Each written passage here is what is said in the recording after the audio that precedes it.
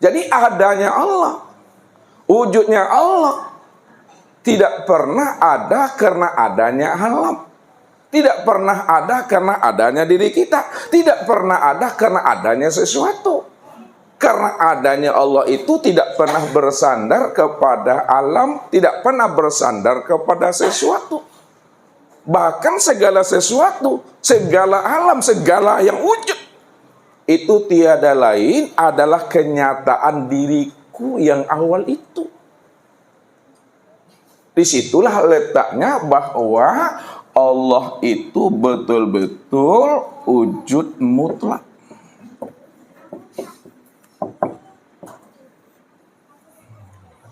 Jadi wujud mutlak itu Bapak Ibu tak ada yang lain. Kalau masih ada yang lain terpandang selain daripada dirinya, maka belum dikatakan dia itu mutlak. Yang dikatakan mutlak itu hanya dirinya semata-mata. Nah, di situ letaknya dia menjelaskan dirinya yang awal. Yang kedua, dia juga menjelaskan bahwa dirinya itu adalah yang akhir. Wal akhiru. Walaupun Allah itu menjelaskan dirinya yang akhir, tapi akhirnya diri Allah itu tidak ada namanya kesudahannya. Tidak ada namanya pangkalnya. Karena dia cuma yang ada, maka dialah yang dikatakan yang awal dan dia pula dikatakan yang akhir. Bahkan untuk melihat dan menyaksikan yang awal itu, lihat dan saksikanlah yang awal itu pada yang akhir itu. Karena yang akhir itulah sebenarnya kenyataan diri yang awal itu sebenarnya. Dan dia juga menjelaskan kepada kita, wazohiru. Dia itu adalah diri yang zohir. Diri yang zohir itu adalah diri yang nyata. Kalau dia adalah diri yang nyata, lalu bagaimana zohirnya? Bagaimana nyatanya? Zohir dan nyatanya Allah itu tiada berbentuk dan berupa. Namun segala bentuk dan rupa itu juga kenyataan daripada dirinya sendiri. Kenapa segala bentuk dan rupa itu kenyataan daripada dirinya sendiri? Karena dia cuma yang ada semata-mata. Dialah yang dikatakan namanya dengan wahdatul wujud.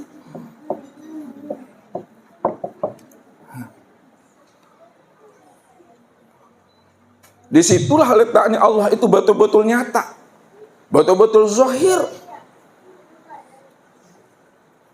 Maka ketika baginda Rasul Bapak Ibu bertanya kepada sahabatnya, bisakah engkau melihat bulan purnama tanpa ditutupi namanya oleh awan? Bisa ya Rasul. Bisakah engkau melihat namanya matahari tanpa ditutupi oleh mendung? Bisa ya Rasul. Begitulah sebenarnya kamu itu betul-betul melihat dan menyaksikan Allah itu lebih nyata daripada bulan purnama, lebih nyata pula daripada matahari. Karena nyatanya bulan purnama, nyatanya matahari itu sebenarnya kenyataan untuk memandang akan dirinya yang maha nyata di atas segala-galanya. Maka Rasul katakan apa? Innakum satarawna rabbakum ayyana. Kamu pasti mampu memandang dan menyaksikan Allah itu betul-betul nyata senyata-nyatanya.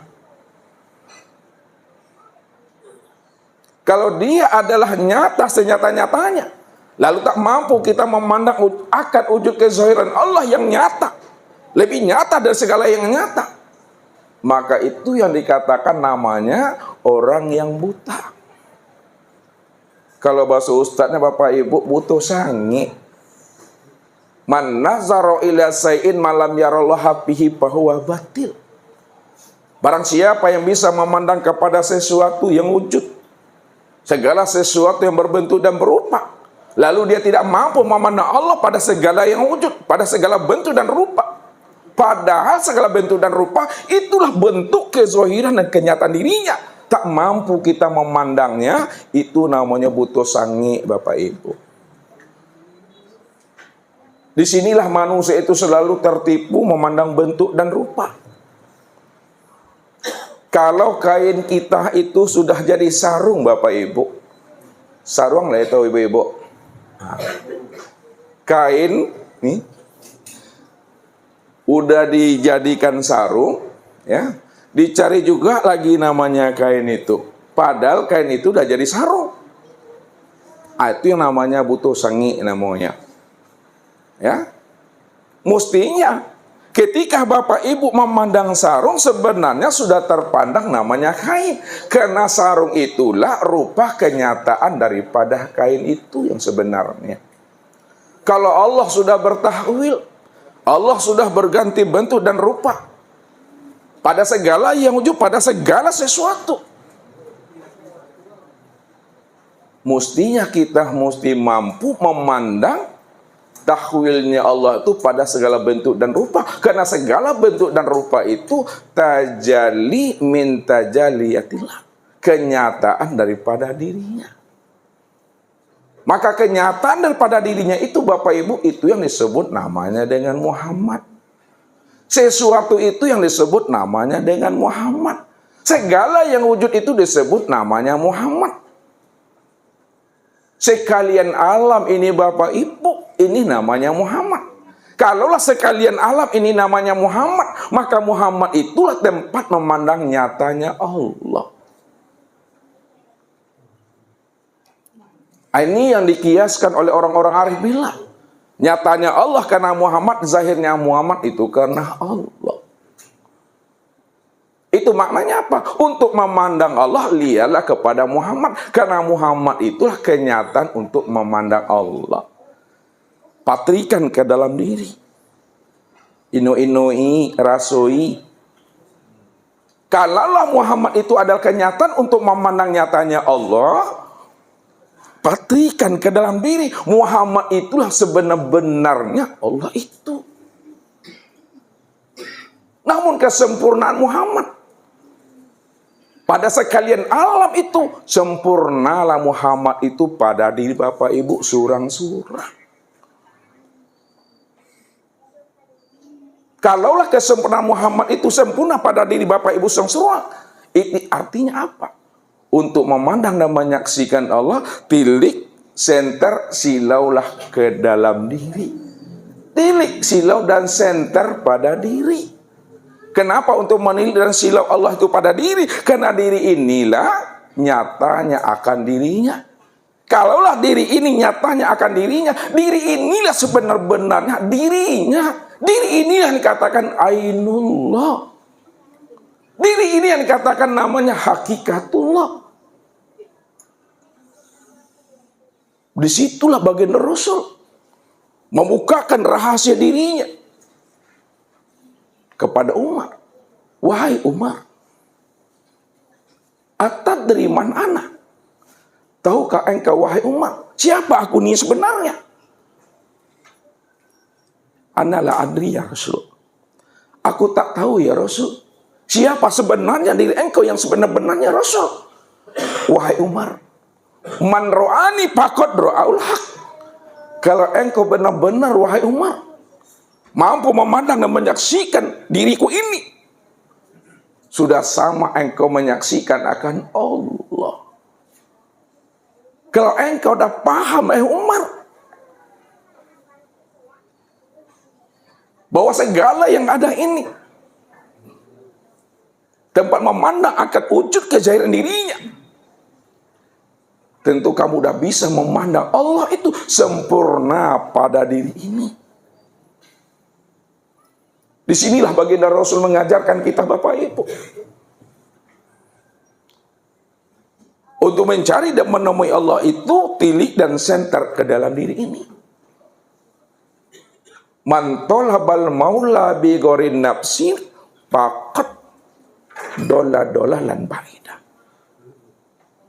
Barang siapa yang ingin mencari dan menemui Allah, keluar dirinya, kayak hutan belantara, kayak gunung-gunung, kayak gua, pasti dia tidak akan pernah bisa menemui Allah itu, kayak gunung, kayak gua. Tapi siapa yang mau menemui Allah itu pada dirinya, insya Allah, maka Tuhan yang dia cari itu betul-betul telah nyata sebelum nyatanya akan dirinya itu. Karena dirinya itulah diri yang awal. Maka orang yang arif billah, Bapak Ibu, selalu membukakan rahasia-rahasia itu dengan kias. Kok le pandai Bapak Ibu mencari Tuhan. Alun di kakok, alun di awai, alun di resik latarasonya tuh mak. Alun dibuka mato ala nyatonya Bapak Ibu. Belum dihidupkan lilin tuh lagi sudah terang. Cahaya itu dalam pandangan hatinya. Maka terangnya Allah tidak menyilaukan pandangan hati. Begitu hati itu memandangnya. Maka tiliklah aku, lihatlah aku dalam pandangan hatimu. Zohirun Robbi fi batni abdi. Nyatanya aku itu. Zohirnya aku itu, wujudnya aku itu. Yang terang, yang nyata, senyata-nyatanya itu dalam pandangan hatimu. Kalau kita telah bisa memandang Allah itu dalam pandangan hati kita, maka disitulah Allah membukakan rahasia itu. Maka zabal fuad maro'a. Hati Bapak Ibu tidak akan pernah bohong apa yang dipandangnya. Karena yang memandang dengan yang dipandang itu tiada lain esa juga wujudnya. Satu juga orangnya. Kenapa esa wujudnya satu juga orangnya? Karena dialah yang dikatakan wujud mutlak. Dialah yang dikatakan namanya wahdatul wujud. Dia yang ada semata-mata Bapak Ibu. Tidak ada diri yang lain. Dan yang terakhir, dia juga membukakan rahasia dirinya kepada kita. Wal batinu. Dia itu batin. Walaupun batin itu maknanya tersembunyi, namun hakikatnya dia terang, dia nyata pada segala yang ada ini. Dia batin, namun dia nyata pada segala yang ada. Maka untuk melihat yang batin ini, lihatnya kepada yang zohir Bapak Ibu. Ya, untuk melihat yang batin, lihat kepada yang zohir. Karena yang zohir inilah sebenar-benarnya diri yang batin itu. Kalaulah boleh Ustaz bertanya sama ibu-ibu nih. Boleh Ustaz bertanya ibu. Antara zohir dengan yang batin, yang sebenar-benar wujud nih. Yang sebenar-benar wujud itu yang mana sebenarnya? Antara zohir dengan yang batin nih. Mana yang sebenar-benar wujud? Yang batin. Kalaulah yang sebenar-benar wujud itu adalah yang batin, lalu yang zahir ini apa bagi yang batin? Yang zahir itu adalah kenyataan yang batin. Baru dipatrikan di sini Lo tahu dipatri kan? Disematkan dia. Dicucuk-cucuk dia ke dalam. Kalaulah yang zahir ini kenyataan yang batin, maka sebenar-benarnya yang zahir itulah yang batin itu Bapak Ibu. Itulah maknanya Allah itu berselindung di dalam terang. Biasanya Bapak Ibu berselindungnya di terang atau di gelap biasanya? Gelap. Supaya tak tampak. Tapi Allah berselindung itu di dalam terang. Yang terang itu maknanya apa? Yang terang itu segala yang wujud. Yang terang itu segala yang nyata. Yang terang itu segala yang ada. Karena segala yang ada, segala yang wujud, segala yang nyata, itulah yang disebut namanya dengan nur. Allah nurus samawati wal ard. Ini dia.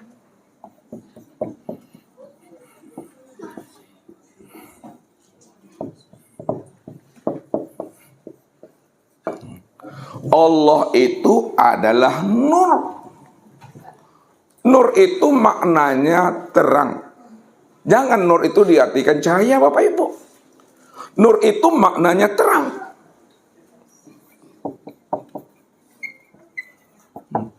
Terang itu maknanya jelas. Jelas itu maknanya itu adalah nyata. Nyata itu maknanya wujud. Maka segala yang wujud, segala yang nyata, segala yang jelas, segala yang terang, itu adalah nur. Siapa nur tuh? Nur itu aku, kata Allah. Kalau Allah itu nur, Allah itu terang, Allah itu jelas, Allah itu nyata, Allah itu wujud. Maka nyata, terang, dan wujudnya Allah itu sudah nyata pada langit dan bumi. Rupanya Bapak Ibu, sekalian alam semesta, langit dan bumi, itulah sebenarnya nyatanya wujud Allah itu. Sekalian langit dan bumi itulah sebenarnya nyatanya Allah itu.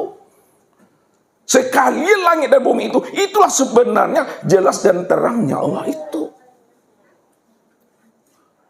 Karena dirinya lah yang wujud bikuli syai'in muhit. Dirinya lah yang wujud pada segala sesuatu. Kalaulah dirinya itu wujud pada segala sesuatu, padahal segala sesuatu itu tiada lain adalah kenyataan untuk memandang dirinya. Itu maknanya Allah itulah yang wujud meliputi akan dirinya sendiri. Dialah yang wujud meliputi akan kenyataan dirinya sendiri. Maka antara dirinya dengan wujudnya, antara zatnya dengan sifatnya, nggak pernah berpisah cerai, Bapak Ibu. Az-zatu wa sifatu wahid. Zat dengan sifat itu esa. Contoh Bapak Ibu, gula dengan manisnya. Ini gula, ini manisnya. Berpisahkah antara gula dengan manisnya? Tidak. Kalau tidak berpisah, lalu manisnya di mana? Manis itu ada pada gula itu sendiri. Ini cabai, ini pedas. Berpisahkah pedas dengan cabainya? Kalau tidak, di mana letak pedasnya itu? Di cabai itu. Itulah maknanya.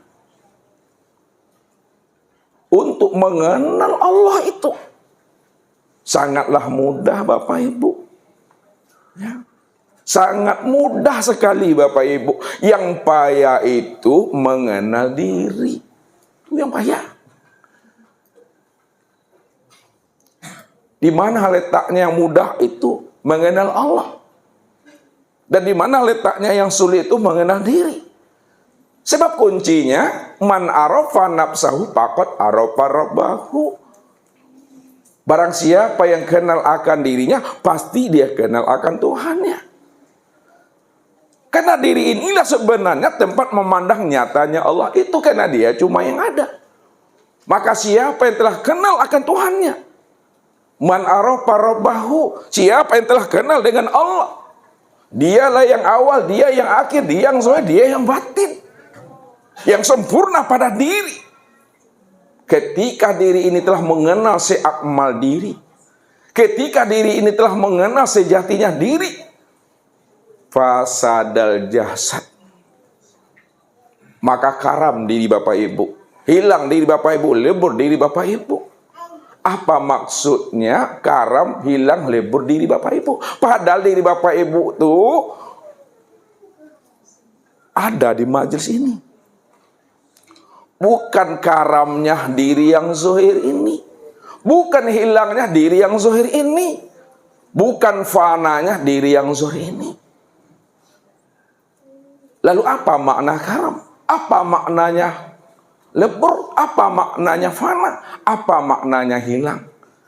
Hilang lebur, fana itu maksudnya fana keakuan dirimu yang merasa dirimu itu yang wujud. Fana lebur itu maksudnya fana dan leburlah akan keakuan dirimu yang merasa dirimu itu yang hidup. Kalau diri kita ini telah fana akan keakuan diri kita. Tak ada diri kita lagi merasa diri kita ini yang bersifat wujud. Tak ada lagi diri kita yang merasa diri kita yang ada. Maka yang bersifat wujud, yang bersifat ada itu tiada lain adalah Allah. Karena Allah itulah wujud yang mutlak. Allah itu yang katakan wahdatul wujud, wujud yang tunggal. Kalau dia adalah wujud yang mutlak, dia adalah wujud yang tunggal, maka siapa yang hayat itu? Yang hayat itu ya dia. Kalau dia adalah yang hayat, lalu siapa yang sama? Yang sama itu juga dia. Lalu siapa yang dikatakan basor? Yang basor itu juga dia. Lalu siapa yang dikatakan namanya kalam? Yang kalam itu juga adalah dia. Lalu siapa yang dikatakan namanya ilmu? Yang ilmu juga dia. Lalu siapa yang dikatakan kudrat dan irodat? Kudrat dan irodat juga adalah dia. Inilah maknanya orang yang telah karam. Ini yang diungkapkan oleh Allah tentang rahasia diri kita ini. Innal abdi iza ahbabtuhu qataltuhu. Sesungguhnya hambaku iza ahbabtuhu, apabila dirinya telah aku cintai, dirinya telah aku jadikan menjadi wali dan kekasihku. Karena dirinya itu min ibadihi juz'an. Dirinya itu adalah bahagian diriku. Dirinya itu adalah kenyataan diriku. Qataltuhu. Siapa yang telah aku cintai dirinya, karena dia adalah kenyataan bahagian daripada diriku. Qataltuhu, aku bunuh dirinya. Aku bunuh keakuan dirinya. Apabila telah aku bunuh akan keakuan dirinya yang merasa dirinya yang ada. Fa iza qataltuhu wa anadiyatahu. Apabila keakuan dirinya telah aku bunuh, tidak ada lagi dirinya merasa wujud, tidak ada lagi dirinya merasa hayat. Sama basar, kalam, ilmu, qudrat, iradat, hayat. Wa anadiyatahu, akulah pengganti akan dirinya itu. Rupanya kesempurnaan tiada itu adalah ada. Kesempurnaan mati itu hidup. Kesempurnaan tuli itu mendengar. Kesempurnaan buta itu melihat. Kesempurnaan bisu itu mengetahui. Kesempurnaan bodoh itu mengetahui. Kesempurnaan bisu itu adalah berkalam, berkata. Kesempurnaan lemah papa itu adalah kudrat dan irodat. Kalaulah kesempurnaan tiada itu adalah wujud, siapa yang wujud? Yang wujud itu ya aku. Cuma kamu tak mengenal akan rahasia dirimu, disitulah kamu mengaku-ngaku.